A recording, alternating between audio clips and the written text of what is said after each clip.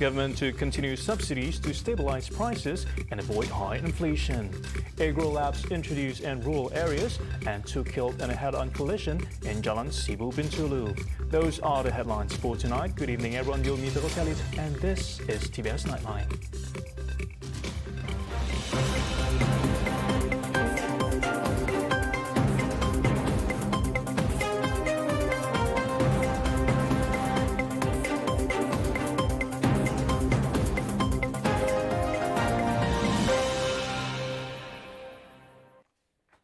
We begin with our top story. Putting the welfare and interests of the people first, despite having a choice of removing the subsidies, the government is willing to bear the subsidy totaling 77.3 billion ringgit for this year towards stabilizing the prices of goods and avoiding high inflation rates of up to 11.4%. Minister in the Prime Minister's Department of Economy, Datuk Sri Mustafa Muhammad, noted that while the government's financial position would be better off without subsidies, the government has taken into consideration the needs of the people to help lessen their burden. Mustafa said that the announcement on June 24th by Prime Minister Datuk Sri Ismail Sabri Yaakob of not increasing the water and electricity tariffs and the chicken price not being floated showed the government's commitment to maintaining the subsidies. Referring to the projected consumer subsidy expenditure amounting to 77.3 billion ringgit for 2022, he said 51 billion ringgit of it made up the biggest component of fuel, cooking oil, electricity, water, chicken and egg subsidies, whereby the government played an important role in stabilizing the prices of goods in the market. Mustafa also did not dismiss the possibility of the biggest sum of subsidy ever given having an impact on the country's fiscal deficit, and the government needed to look into cost-saving measures as well. On June 25th, Finance Minister Dato Sri Tengku Zafrul Aziz said the total subsidies of 77.3 billion ringgit included for petrol, diesel and liquefied petroleum gas LPG, cooking oil and various forms of aid, as well as other subsidies. The increase in goods and raw material prices have traders in a worry that the situation might incur losses on their income. A survey by TVS at Ketayan Wet Market in Miri found that a majority of traders expressed their concern that the price increase might deter consumers from buying.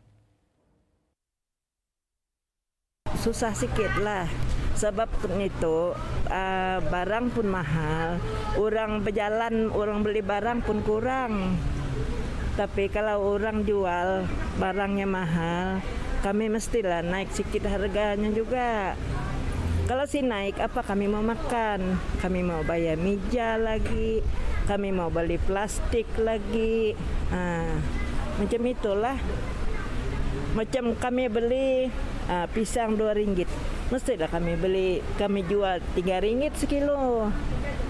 Macam itu. Kalau kami kasih naik harga, susahlah kami jalan ke situ pun pakai minyak. Semua macam kami yang jual sini semua barang kami beli, bah. Despite the increase, some sellers choose to retain their goods prices, but in exchange buying smaller quantities of goods from wholesalers. Musim yang naik aku tidak ambil. Itu hari dia turun aku ambil banyak sikit, itu dia masih ada. Kalau mahal saya pun tidak dapat ambil, tidak ada untung, tidak bagus juga kan tidak ada untung. Ini bawang bakung, dia kasih saya 30 ringgit, saya satu 15 kilo. Saya ambil 2 guling. Itulah masih aku jual 5 ringgit setengah kilo. Itu macam saya buat dah.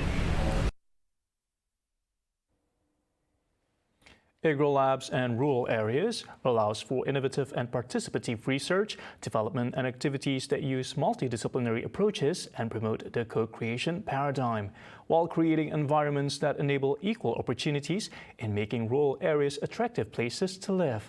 However, the greater task is to change the mindset and perception of the people. Therefore, University of Malaysia Sarawak or UNIMAS has been tasked to set up agro labs to attract the younger generation to modern agriculture. Sebab itu tadi saya telah berunding dengan pihak UNIMAS untuk membuat makmal di luar bandar. Apabila dia ada makmal, maka mereka boleh melatih masyarakat di kawasan tersebut termasuk petani kita, lebih-lebih lagi petani muda yang ada latar belakang. Abang Johari stated that Sarawak, through UNIMAS and other local institutions and government agencies, has the capability to provide new technology to help the community. He told the press after gracing UNIMAS commemorative convocation on Monday, June 27. To achieve the goal of being a net exporter of food products by 2030, the Premier has identified several locations in rural areas to establish the agro labs. Besides that, he is also welcoming international investors who face insufficient space in their homeland to carry out their agriculture ventures in Sarawak. Input semua ada. It's just a matter for how to convince the farmers, convince the young to take pertanian as a business entity. Itu aja. Dan teknologi tu UNIMAS ada. Jadi kalau nak katakan ni, I think 1 year boleh.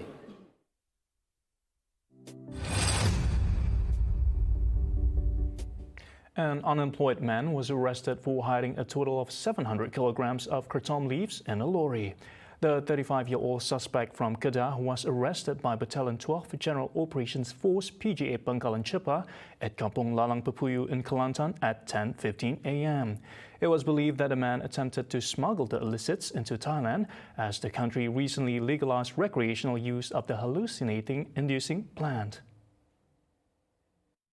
A simple drug test showed that the suspect has traces of methamphetamine and held 2 previous criminal records for drug abuse. On the same day, a second raid was conducted, seizing a total of 2,994 yaba pills from a mechanic based in Kampong Bendang, Pulau Intumpat. Other illegal items seized during the 11:30 p.m. raid were 3.7 grams of shabu, 500 millimeters of katum juice, and a hatchback car.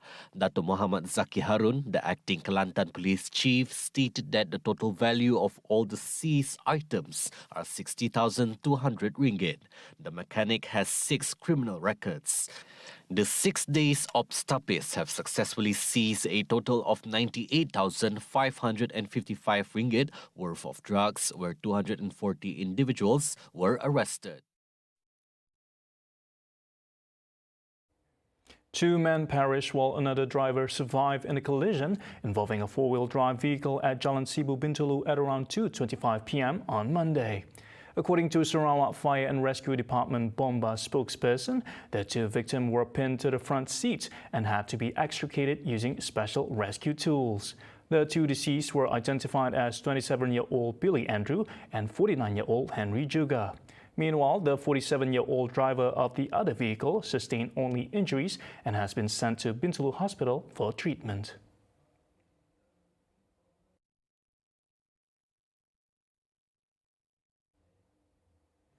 The search and rescue operations for the missing crew members of a sand dredger ship in Cebu was fruitful on day 2, as Bomba found one of the missing crew. He is identified as Ting Ling and was found alive at about 2:30 p.m., 5 meters away from the Bomba control post at Jetty Pungan Kecil. So far, 4 out of 5 members successfully rescued from the sunken vessel off Batang Igan on Sunday, June 26. The SAR for the remaining crew, who is in his 20s, resumes tomorrow.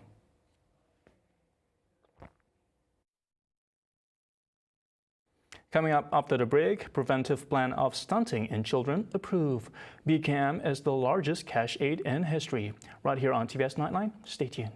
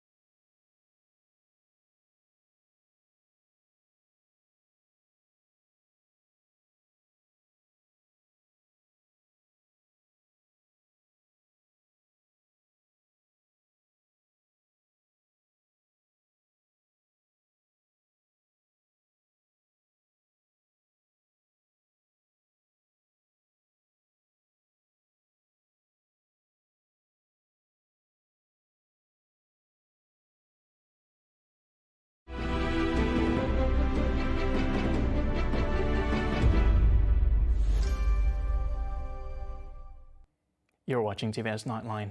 Sarawak has the potential to become an ideal shooting destination for filmmakers and production houses, where its cultural heritage can be highlighted to generate revenue for the country. And as such, National Film Development Corporation Malaysia, or FINAS, Chief Executive Officer Professor Dr. Muhammad Nasir Ibrahim said a strong film ecosystem in Sarawak needs to be established. He said a strong film ecosystem in the state can provide creative opportunities, especially for the younger generations to embark on their filmmaking journey. As such, he calls upon financial institutions to provide funding to achieve this target so as not to entirely depend on the funds provided by the government. Maka perlu ada platform untuk mereka menggunakan bakat dan pengetahuan yang mereka ada serta pengalaman yang mereka ada di Sarawak juga. Maka perlu ada produser, dan produser pula perlukan dana. Kalau nak berharap pada FINAS, ada haknya. Nak harap pada TBS pun sama juga, ada hak dia. Maka saya melihat bahawa kita perlu bangunkan satu lagi yang penting dalam ekosistem, iaitu financing.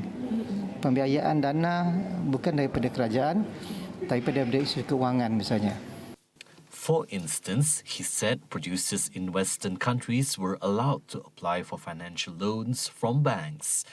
According to him, it is different here in Malaysia, where most producers only acquire funds from certain agencies. Commenting further, he said one of the most important aspects of a strong film ecosystem in Sarawak is to have the proper facilities. Kalau daripada US, produser beliau takkan nak bawa semua peralatan semua ke sini. Maka kalau kita ada satu center untuk menyediakan prasarana bagi penggambaran, saya rasa lebih baik. At the same time, FINAS is actively promoting Films in Malaysia Incentive, FIMI, as an effort to get local and international producers to film in Malaysia. The Special Committee to Combat a Double Burden of Malnutrition Among Children in Malaysia on Monday approved the National Strategic Plan to address the problem of stunting in children. Through the plan, the Health Ministry is targeting to reduce the problem of stunting among children by 8% in 2030. Masalah prevalence bantut pada tahun 2015, NHMS adalah 17%, tapi dah meningkat lebih daripada 20%, ya. So kita nak turunkan prevalence bantut kepada 12.3% pada tahun 2025 dan 8%, sekurang-kurangnya 8% pada tahun 2030. According to Health Minister Khairy Jamaluddin, stunting among children recorded an increase from 17% in 2015 to 21.8% in 2019. He said the trend of nutritional deficiencies among children, especially those from low-income families, is expected to increase due to the COVID-19 pandemic and its economic impact. Khairy said the National Strategic Plan would be presented to the Cabinet and the Finance Ministry for the plan to be raised as the national agenda in the 2023 budget. According to Khairy, the Special Committee will focus on examining the problem of stunting in terms of economic and social aspects, including access to adequate food, milk prices, and other protein sources. Stunting is the inability of children to reach their ideal height as a result of chronic malnutrition, where children do not have food of adequate quality and quantity over a long period of time. Nearly half of deaths among children under the age of 5 worldwide are linked to malnutrition, and stunting contributes to 1 million child deaths annually. Bantuan Keluarga Malaysia BKM would benefit 12.6 million individuals, or equivalent to 60% of the adult population in Malaysia. The number of BKM recipients also increased to 8.6 million compared to Bantuan Rakyat Satu Malaysia BRIM and Bantuan Sara Hidup BSH 4.5 million recipients. And this is due to the raised eligibility limit from household income below 5,000 under BKM as compared to the BSH. The allocated 8 billion ringgit cash assistance under BKM is also the largest direct cash assistance in the country's history. Finance Minister Datuk Seri Tengku Zafrul Aziz said with additional assistance worth 630 million ringgit under BKM Phase 2, positioning BKM as the highest financial aid compared to the previous Bantuan Rakyat Satu Malaysia BRIM and Bantuan Sara Hidup BSH. Comparatively, the maximum BKM rate is 2,600 ringgit compared with BRIM 1,200 ringgit and BSH 1,480 ringgit, an increase of 120% since the Direct Cash Assistance Initiative was first introduced. He added that the Finance Ministry could continue to monitor external factors that could hurt the domestic economic situation to ensure the cost of living of the people is under control. On June 22nd, Prime Minister Datuk Seri Ismail Sabri Yaakob announced additional cash assistance under the BKM of 100 ringgit for households and 50 ringgit for single individuals after the government took into account the rising cost of living and the recent increase in food prices. Additionally, BKM Phase 2 will be paid in stages to eligible recipients starting today and will benefit 4 million households, 1.2 million senior citizens and 3.4 million single individuals.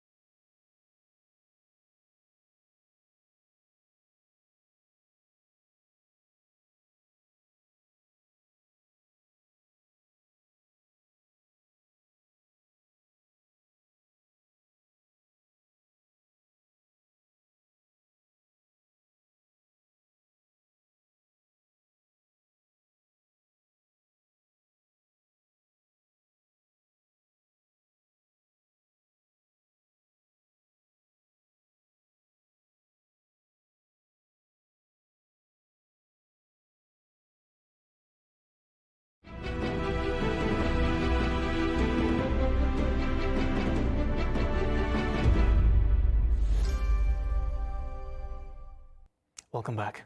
Scores of Western designer labels have quit Russia as part of a backlash against Moscow's decision to send troops into Ukraine, leaving their domestic competitors to take center stage. But at the annual Moscow Fashion Week, which showcases the work of Russian designers, industry professionals said seizing the opportunity would not be easy. Even Russian couture rely heavily on Italy to provide the exclusive materials that go into clothing their wealthy clientele. And while China, Bangladesh, Belarus, and Turkey all continue to provide mass market clothes and materials to Russia, Italy is taking part in European Union sanctions that make trade at the luxury end very difficult. Olga Sinitsina, whose brand Skoda designs hats and accessories, said her business was just emerging from the shock of the pandemic when Russia's military campaign began, sending the ruble tumbling and import prices skyrocketing. Первый шок я испытала в пандемии. Мне казалось, что как бы все, это самое худшее, что может быть. Но, как говорится, и снизу постучали. Случилась эта военная операция. Конечно, влияние есть, потому что очень сильно подорожали цены. Хотя сейчас все говорят про то, что как бы курс падает, но логистика стала стоить дороже в 10 раз. И, конечно, когда говорят там про развитие русского предпринимательства, нужно понимать, что вот все, что вы здесь видите, оно производится не из российского сырья. То есть это Италия, это Китай, и поэтому, конечно, это сказывается на стоимости, и мы подросли, мы увеличили цены, но как бы здесь вопрос, либо ты делаешь, либо ты плачешь и ничего не делаешь. Я выбираю путь делать. For designer Albina Akulova, known for fairy tale-inspired dresses embroidered with beads and gold thread, the growing constraints will force designers to come up with creative solutions and innovators to put some of their energy into promoting a domestic fashion manufacturing base. Надо развивать производство тканей, потому что ткани, да, фурнитура, все привозное, к сожалению, пока вот наши дизайнеры от этого страдают. Я надеюсь, что ситуация выровняется со временем. The protest against Ecuador's government may halt oil production due to the continued acts of vandalism, oil well takeovers, and road closures. According to its Minister of Energy and Mines, Javier Vera, production may cease within 48 hours. The past 2 weeks of protests have led to a significant decline in oil production, more than 1.3 million barrels, incurring big losses for the Ecuadorian state oil company Petroecuador. About 1,176 oil wells were forced to close, 996 belonging to Petroecuador. The protest is considered the largest protest by the indigenous South American country, which is demanding a series of economic and social concessions from the government. So far, 5 deaths have been recorded, while a dozen others have been injured in the protests.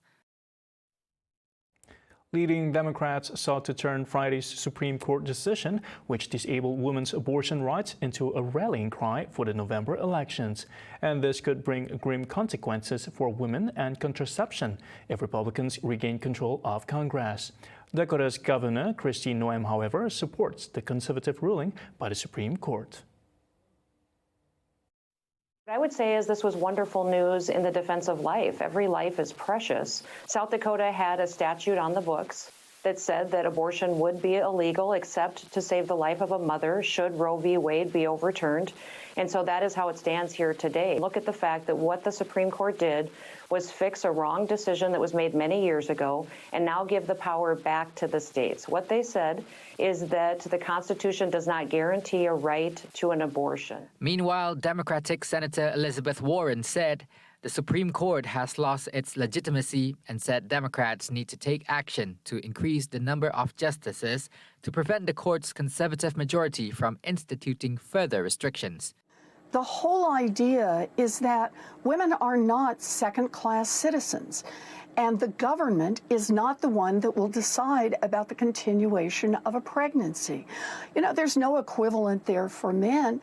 So what we believe is that access to abortion, like other medical procedures, should be available across the board to all people in this country.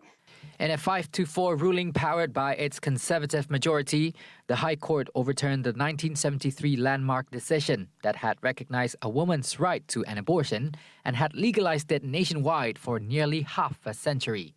The decision was greeted as a stunning victory by anti-abortion Republicans and other conservatives, while Democrats and abortion rights activists protested what they described as a step backwards for the rights of American women. But with control of the House of Representatives and the Senate at stake in the November 8th midterm elections, Democrats also warned that the rights of women and others would face further dangers if Republicans regain control of Congress.